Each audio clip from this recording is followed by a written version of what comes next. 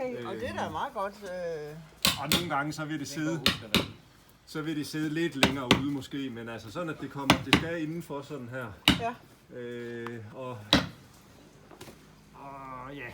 så det der sker tit, det er, når man så fylder for meget i, så prøver man med rabatjerne. Man har jo så nogen, der har forskellige tykkelse, alt efter hvor tyk nåden den er. Eller hvor bred den er. Men så hvis man prøver at få det ind ved bare tæveløs på det, så får man smattet det rundt, og kanterne på planken bliver skadet og sådan noget. Så det skal helst være pakket med sætjernet, så det er til at rabat jævnt ind i nåden bagefter. Selvom jeg har prøvet at se, når jeg filmer det.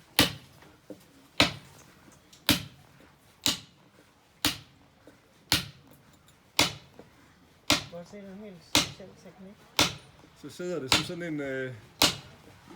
en dommerparyk, der stikker ud af. Det er virkelig sådan stressstillende at kigge på. Fuldstændig. Men det er lettest med en tråd, der ikke er for tyk, så man sådan kan variere, hvor meget man fylder i, fordi den kan hurtigt blive så tyk, at der næsten ikke er plads til den. Så. Nogen, der er PR, men har en video af deres. Ja, jeg er på sagen.